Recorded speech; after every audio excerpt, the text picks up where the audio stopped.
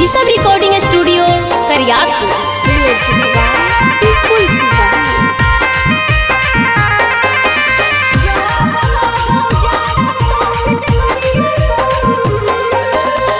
कैसे तोर होलिया मनलो चोलिया में रंगवा डाललो फिर सुन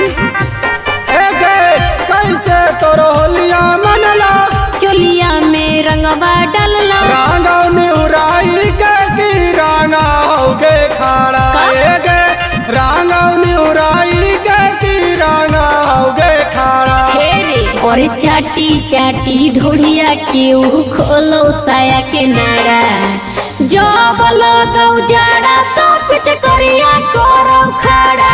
और जब लगौ जाड़ा तो कुछ करिया करो खड़ा।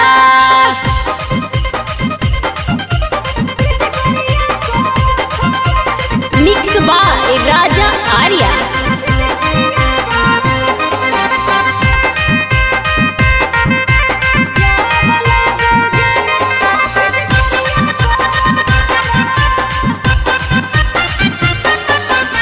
कई बेरी जो बाना पर रंगावा माला लटोगे अच्छा। लहंगा में रंगवा तोरा कई से डाला लटोगे सब तोरे बतैया तेरे कई बेरी जो बाना पर रंगावा माला लटोगे लहंगा में रंगवा तोरा कई से डाला लटोगे छौड़ी लगोरतिया ललकौ तोरा चुई आगे छौड़ी रंग दिल कौवा के लोई। और चाटी चाटी ढोढ़िया केहू खोलो साया के नारा जब लगौ जाड़ा तो कुछ करिया करो खड़ा। और जब लगौ जाड़ा तो कुछ करिया करो खड़ा।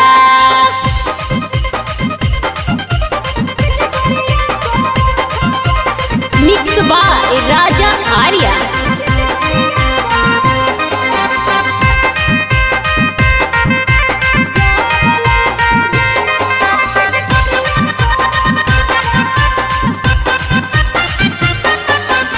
चढ़ते फागुनवा तोरा दाई के रंगला तौगे अच्छा। नवीन माना के तोरा जवानी आची खाला तौगे हाँ तू ही जाना ही। ओहो चढ़ते फागुनवा तोरा दाई के रंगला तौगे ओहो। नवीन माना के तोरा जवानी आची खाला चुप रह। आगे छौड़ी करे बड़ी खुश ही भातारा घर जाके आगे छौड़ी कैसे रंगल कौ तोरा सूता सुन। और चाटी चाटी ढोढ़िया केहू खोलो साया के नारा जब लगा जाड़ा तो कुछ करिया करो खड़ा। और जब लगौ जाड़ा तो कुछ करिया करो खड़ा।